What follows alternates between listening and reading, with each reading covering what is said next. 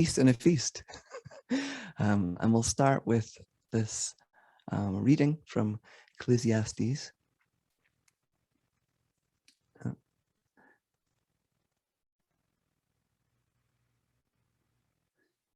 There is a time for everything, and a season for every activity under the heavens. A time to be born and a time to die. A time to plant and a time to uproot. A time to kill and a time to heal. A time to tear down and a time to build. A time to weep and a time to laugh. A time to mourn and a time to dance. A time to scatter stones and a time to gather them. A time to search and a time to give up. A time to keep and a time to throw away. A time to tear and a time to mend. A time to be silent and a time to speak. A time to love, a time to hate. A time for war and a time for peace.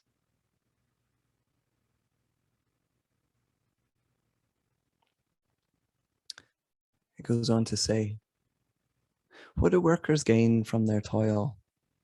I have seen the burden God has laid on the human race. God has made everything beautiful in its time. God has also set eternity into the human heart. Yet no one can fathom what God has done from beginning to end. I know there is nothing better for people than to be happy and to do good while they live, that each of them may eat and drink and find satisfaction in all their toil. This is the gift of God. I know that everything God does will endure forever. Nothing can be added to it and nothing taken from it. Now that's from the Jewish scriptures. And the image that we saw is this, which is the cycle of the year, the pagan cycle of the year. The Jewish cycle of the year is very intricate too, and also very harvest orientated. I couldn't make the arrow go at an angle. So that angle on the left is pointing to where we are in the Celtic year. And I want you to know that the Celtic year starts with Yule. It starts with, well, in my head, Samhain is at the very top of the year. That's the first day of the year, I'm taught, in the Celtic year. And it's quite interesting that it starts with the dying away, with the death. And we are quite late on in the year. We're in the very first harvest time. It's halfway between the summer solstice and the autumn equinox in the northern hemisphere. That's where we are.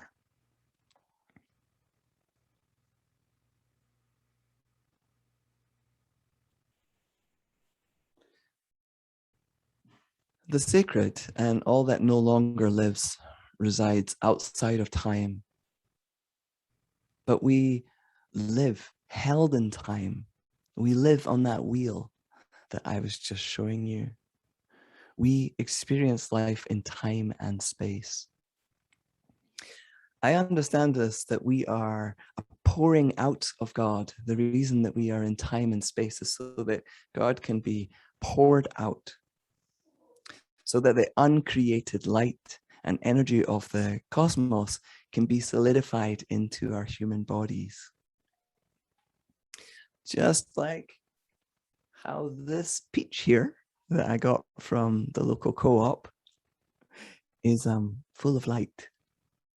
It wouldn't have grown without the light of the sun, but it is its own peach. It is not just a fruit of light. It is its own peach. In the same way, we are the pouring out of the life force of God, but we are also our human selves, made to be the way that we are. So take away the sun and there's no peach. There's no greening on this earth, and life does not exist as we know it. I've been learning about the 13th century mystic Hildegard von Bingen, and how she talked about how we're supposed to be moist and juicy. moist and juicy. She was very Celtic. She was in Germany in the Rhine, and the Celts were all over Europe, and that influences very strongly in her theology. One of the things Hildegard would say is that Christ is the green man. I don't know if you remember images of the green man. I've got one here for us. I talked about this at Beltane. I've got a Sheelanigig here because I'm going to talk about her later. On the right is a earth goddess Sheelanigig on a church, pagan birthing goddess.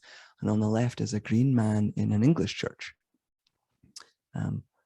You often see these on our old Christian buildings, which shows there was a blending of the old and the new tradition. And one of the things I love about Christianity is in the different parts of the world, it's very different. Like in India and Africa, it's very different. In American Christianity, it's very different too. Anyway, I'm going to get back to harvest here.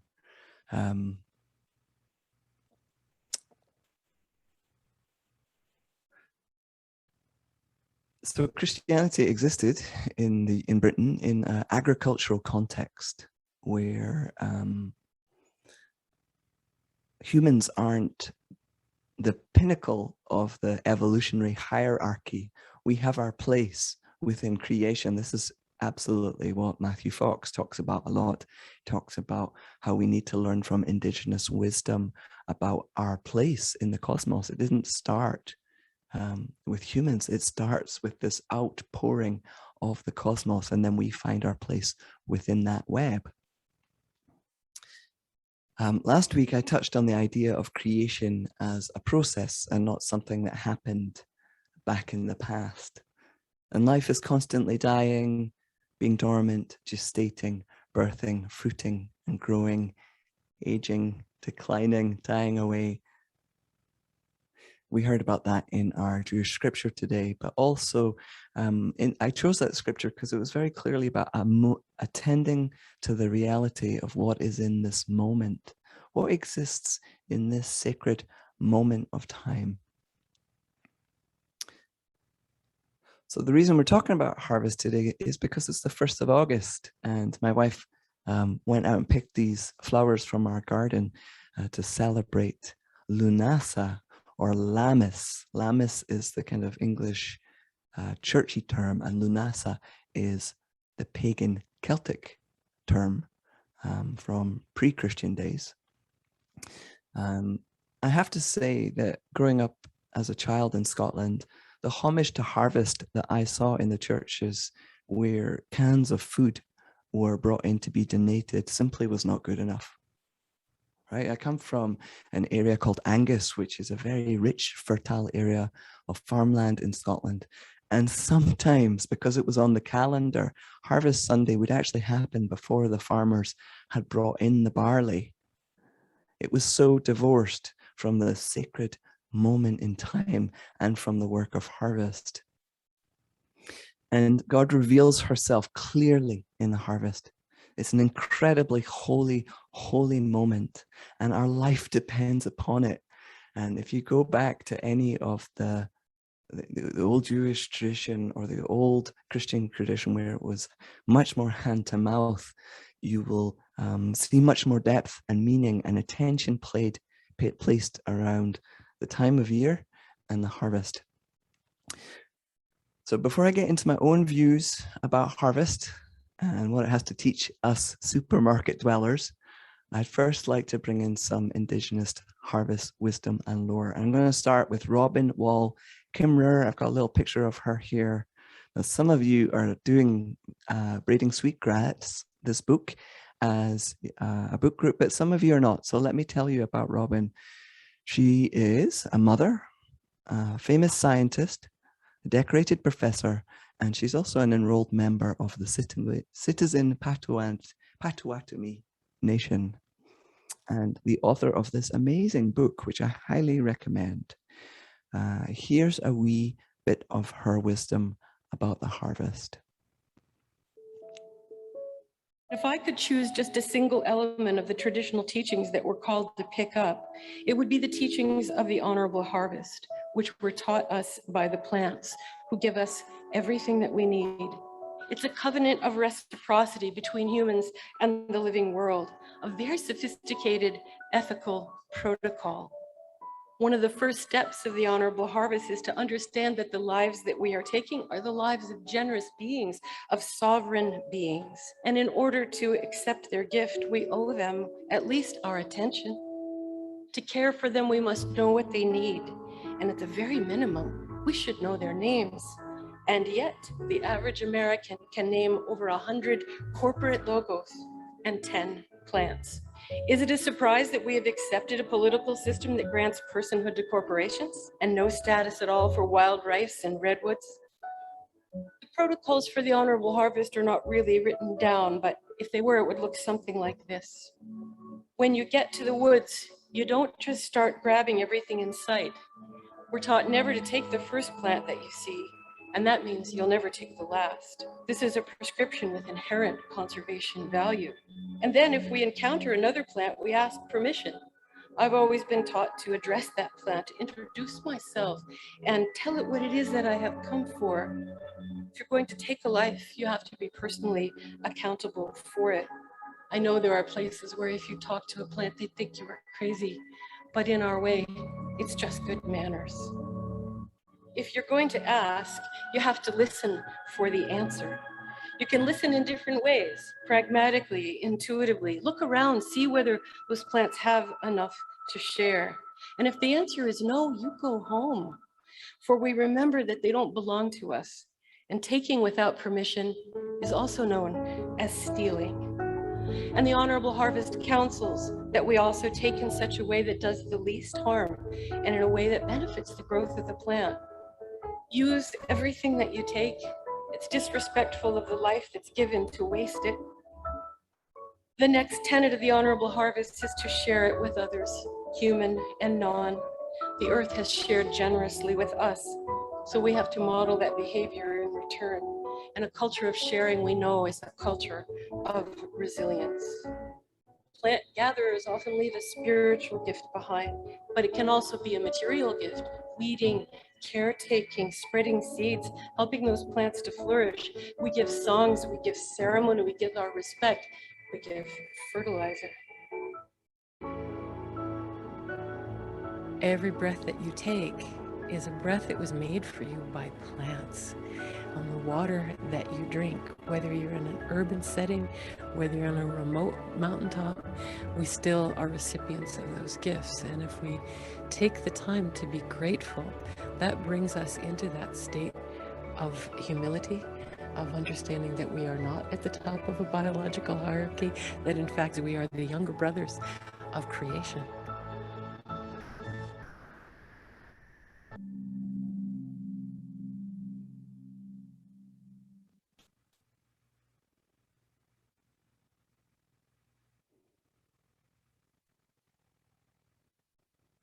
Harvest is absolutely holy, utterly.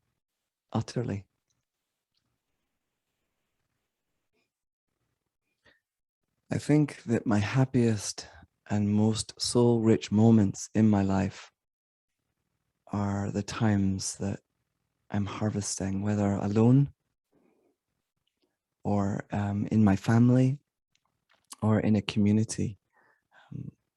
My wife is a herbalist, and sometimes we'll go out into the wild and follow a protocol very similar to what we heard Robin saying, and harvest plants, and not if they're endangered, even if you need the medicine. Yeah, I think my most soul content moments in my life are engaging with the harvest. So let me tell you about Lunasa and Lammas. Lammas first, spelled Lammas. It's Anglo-Saxon, and it means loaf mass, or it's called Loaf Mass Day. It's a Christian holiday celebrated in some of the English-speaking countries of the Northern Hemisphere on the August 1st, today. And what it was that the first grains were harvested and put into the bread and brought in for communion, brought to be the sacrament. It's also associated with the first fruits. We don't know what the climate was like in Europe 1,000 years ago.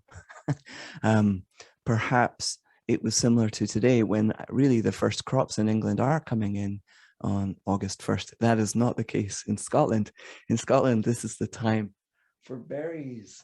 And my garden is full of trees, but it also has a few berries. I wanted to show you the difference between this tiny, tiny wild blueberry, which I call a blaeberry, very sour, and these giant blueberries and raspberries. Love it, love it, love it. So Lammas is also the time of berries.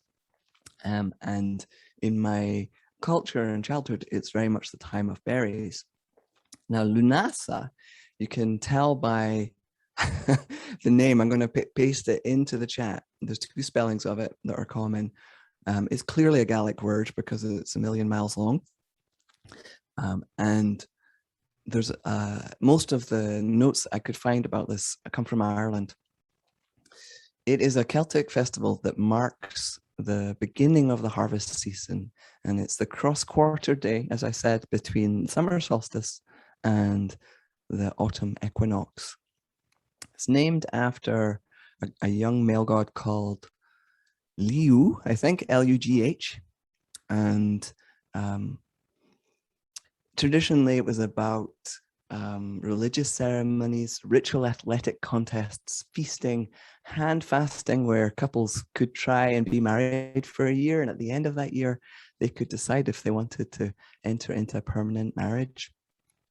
Visits to holy wells, but that happened all the time. Visiting holy wells is a very normal thing. Many of the activities had happened on the top of mountains, I'm told, which made me happy, because when we would go wild blaeberry hunting, it was always up in the hills. So I read from the internet, I didn't actually know this next bit myself, that Lunasa festival was begun by the god Liu as a funeral feast and athletic competition to mark the death of his mother. She was said to have died of exhaustion after clearing the plains of Ireland for agriculture. Perhaps she was the earth goddess, and the dying off was the harvest that's brought to us.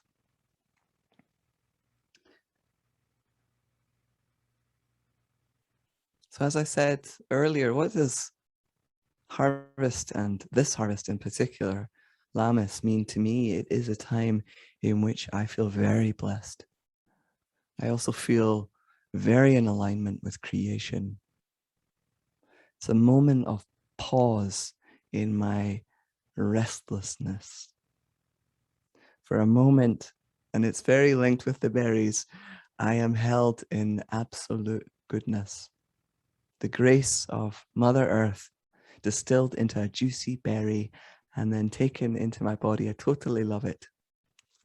I try not to eat fruit out of season because it never tastes the same. I don't know if you've noticed that also. But it also takes the magic out. I mean, you guys are all in the Pacific Northwest. That moment when you get a ripe salmon berry, and it's tart and it's juicy and it makes your cheeks hurt. That moment can't be replaced because you can't buy the salmon berries in the supermarket, and they're not abundantly everywhere. And I've never seen them growing in a garden.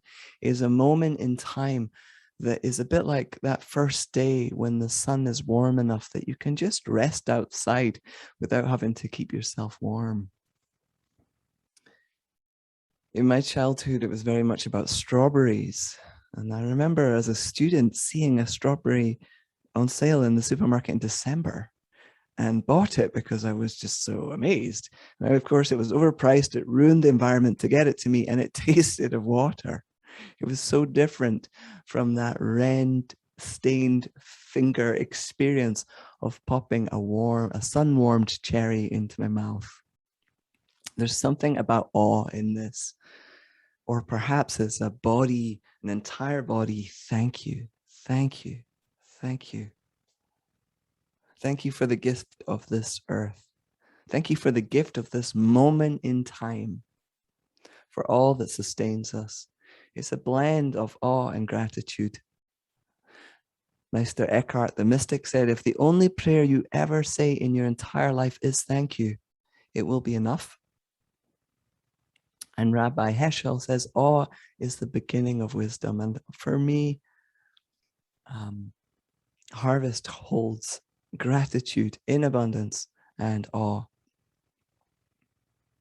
I've got a song about this that I'll share with you. This isn't one for you all to sing along, but for you to enjoy. It's written by my friend Samara Jade.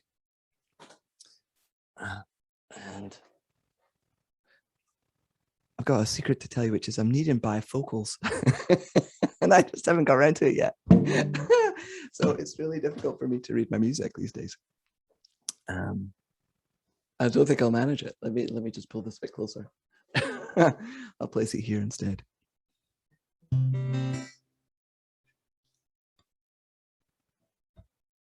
Yeah, so Samara Jade is a young woman who tours the West Coast and often lives in Port Townsend. And I've shared this song with you before, but it's such an important piece that I want to sing it whenever I can. It's called The Unseen Song. I listened to the silence till it was no longer silence, till it was filled up with bird song that had been there all along, till it was filled up with bird song that had been there all along. And I looked into the sunset till it was no longer sunset, till the sky grew darker and filled on up with stars, till the sky grew darker and filled on up with stars that were there all along. It was there all along, the underlying unseen song. And I stopped to smell the flowers till they were no longer flowers. They began to wilt and droop and develop into fruit that turned to seeds and back to flowers that had been there all along. And I searched the world for answers till they turned into questions that shone light upon the answers that had been there all along, that shone light upon the answers that had been there all along. It was there all along. They were there all along, the underlying unseen song. And the light obscures the darkness, and the darkness hides the light, and the stars are still shining when the sun is shining bright. Oh, how unimaginable, how many layers go unseen in this dream, in this dream. So much more than it seems. And I felt into my sadness till it was no longer sadness, till it was filled up with fullness that had been there all along, till it was filled up with fullness that had been there all along. And I cut through my aloneness till I melted into oneness of the web of shining dewdrops that connects us all as one, to the web of shining dewdrops that connects us all as one. And it was there all along. Yeah, it was there all along, the underlying unseen song. And I spoke my words till they were no longer words, till they sounded no different than the song sung by the birds still can sing even when they can't be heard. All of the symphonies get blurred into the colors of the world. It's turning powered by the bird song that has been there all along. Yes, that great wave of bird song that has been here all along. If you ever get the chance to get Samara to come and talk and sing to you about fermenting harvest and singing to the full moon and looking after our Mother Earth, it would make a great sermon. And just sit there and listen to her songs.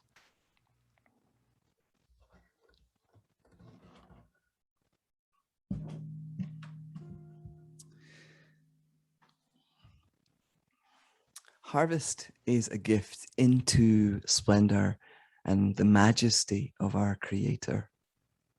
I believe that we have made our God so small, we return the favor. Now, what I mean by that is God made humans in God's own image, and unfortunately, the humans returned the favor, and we have made God far too small, far too human, far too limited. And harvest for me is an aspect where Mother Nature and the divinity behind that, revealing the face of God, is on display clearly. St. Francis said that Mother Earth is the mirror of God. For me, harvest is when we catch a glimpse of the enormity of love that is God and the enormity of what is poured out. And I think that this is so in alignment with Jesus and his teachings. From the laborers in the vineyard who got the whole day's work for being there for just an hour, to the prodigal son who squanders his inheritance in a foreign land, but then is welcomed home by his father like a prince. It's a bigger way of seeing the world, a justice that is expansive and compassionate, redemptive rather than punitive. There's nothing fearful or hoarding or needy about this way of being and seeing and sharing. Justice, love, forgiveness being poured out abundantly. I believe that we come alive in this pouring out. I always say that service, being in service to others, is a shortcut to God, because I think it's that pouring out. You know, the hymn that we sang earlier, the Pescador de Hombres, help me spend myself in seeking the lost, returning love for the love you gave me. That whole sharing in the abundance that we receive and giving that in the way that we can give it. And it doesn't necessarily look like serving in a food kit, a homeless shelter. It might be, but it might be something like Mary Oliver's poetry that is so much in service to us humans struggling with climate catastrophe. What is it that we contribute to the harvest? Robin was talking about that a little bit earlier. It's like, yes, there were holy prayers, but it could also be weeding and giving back manure and bringing our ability to be the gardener. I really think that aspect of the majesty of God showed up clearly in my life when I received my call to be a minister. I was on Iona and I heard the holy instruction through my imagination in my mind. I didn't hear any voices or anything. This fully formed thought arrived in my mind, and it said, I want you to be a minister in a new way that doesn't exist yet. And my reaction was, oh my God, I don't know how to do that if it doesn't exist yet. And then the next thing that landed in my mind, fully formed thought, was laughing. I imagined laughter in my mind.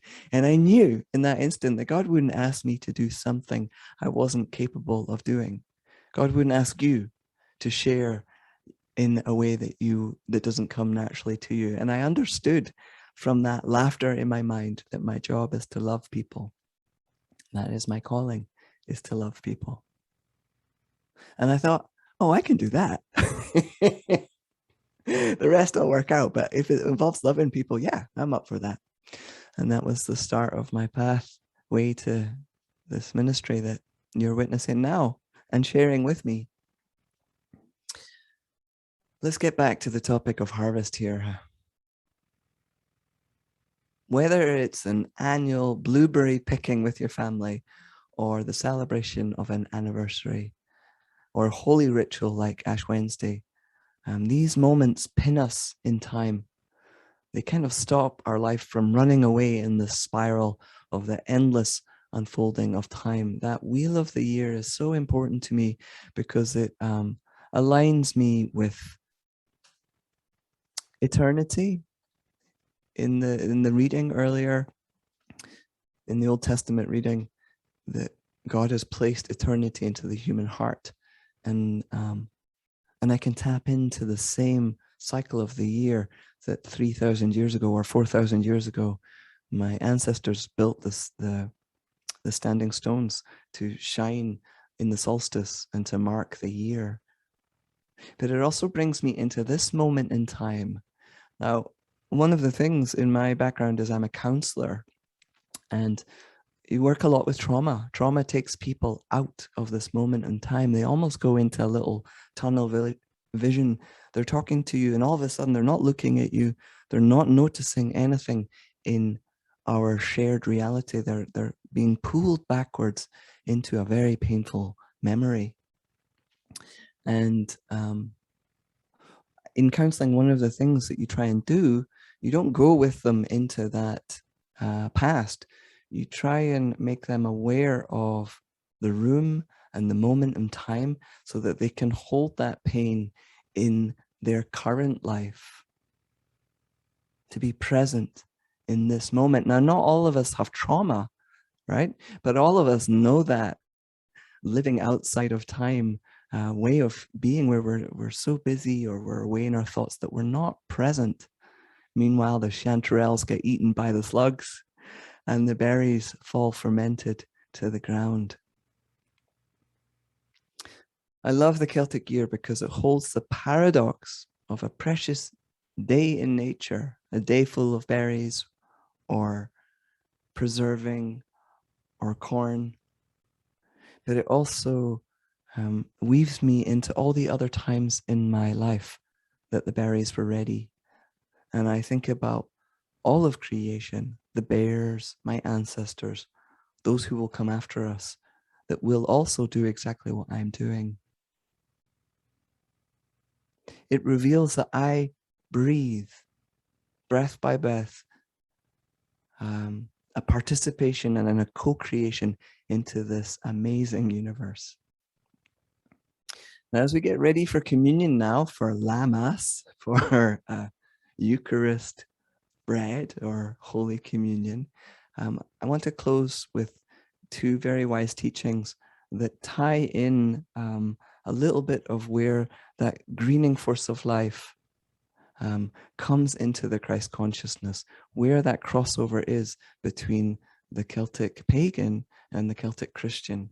And the first thing I'd like to share is a blessing by my friend Christine, and then later I'll read you a little John O'Donoghue passage. Oh, but first I'll show you the harvest loaf. I forgot to tell you this earlier. So Lammas, the harvest loaf, it used to be on the 1st of August and then later got pushed to the end of the harvest. But these, and sometimes they have little mice on them. Yeah, you see the little mouse there. We used to make these in the Abbey, but we would do it at the end of harvest, not at the start. All right, back to Christine.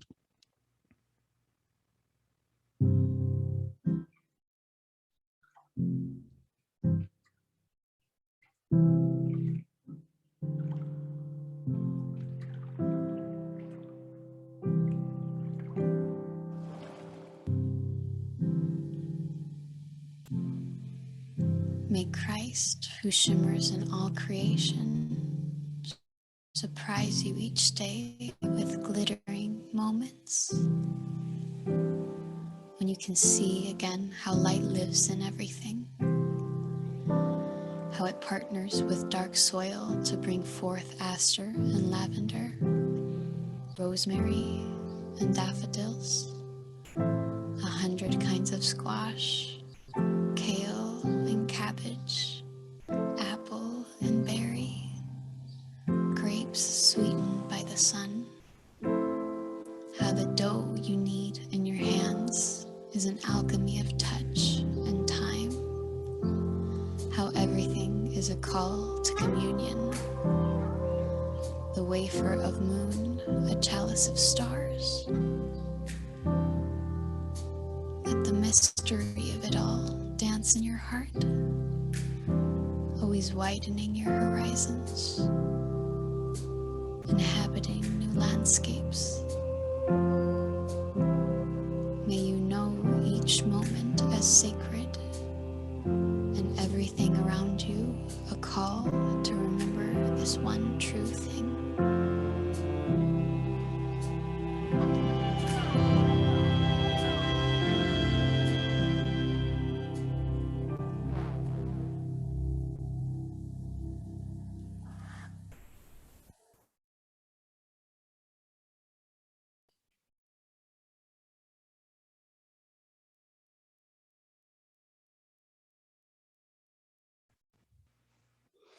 And then Leanne at the worship team meeting last Wednesday heard what I was going to talk about and said, oh, there's this particular poem by John O'Donoghue in To Bless the Space Between Us. So I'd like to close our sermon time with John O'Donoghue's words. We seldom notice how each day is a holy place where the Eucharist of the ordinary happens, transforming our broken fragments into an eternal continuity that keeps us. Somewhere in us, a dignity presides that is more gracious than the smallness that fuels us with fear and force. A dignity that trusts the form a day takes. So at the end of this day, we give thanks for being betrothed to the unknown and for the secret work through which the mind of the day and wisdom of the soul become me.